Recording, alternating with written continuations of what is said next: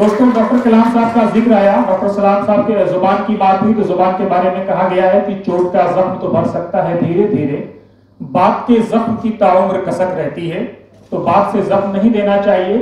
और डिस्क्रिमिनेशन की बात हुई तो माई चाइल्डहुड एक चैप्टर है, उसको आप पढ़ेंगे, गूगल पे मौजूद है। डिस्क्रिमिनेशन डॉक्टर कलाम साहब के साथ भी हुआ था। उनकी टोपी को निशाना बनाया गया था, क्लास में वो आगे बैठते थे, उनको पीछे धकेला गया था। ये इतिहास के पन्ने साक्षी हैं, आप खोल करके गूगल करके माई चाइल्डहुड देख लीजिए।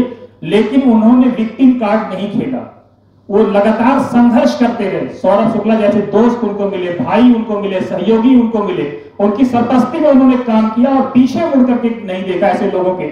और डॉक्टर कलाम साहब, आज हम रोते हैं, ये हो रहा है दोस्तों, जिंदा कौमें शिकायत नहीं करती है। रसूलुल्लाह को भी ताइफ में पत्थर मारे गए थे, ऊंट की ओझड़ियां डाली गई थी, कत्ल करने की साजिशें हुई थी, शहर से निकाल दिया गया था, बेयारो मददगार छोड़ दिए गए थे।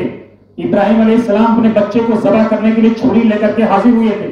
आजमाइशें सबकी हुई हैं और जिंदा कौमों की आजमाइश होती है, इसको आप याद रखिएगा। अगर आप जिंदा हैं तो आपकी आजमाइश होगी, और ये कुरान में खुद कहा है कि हम जिंदा लोगों की आजमाइश लेते हैं। इसलिए आजमाइश से आपको घबराना नहीं है, संघर्ष करना है, और संघर्ष के पथ पर अगर आप चलेंगे तो आने वाली सदियां आपकी होंगी, आपको सलाम किया जाएगा। और साथ ही उसी संघर्ष में से एक और नाम डॉक्टर जुबैदुर रहमान बब्बन साहब का, जिन्होंने गायों की सेवा की, अपने मां के बताए हुए रास्ते पर चले और आज डॉक्टर बने, लगातार संघर्ष कर रहे हैं। बब्बन साहब,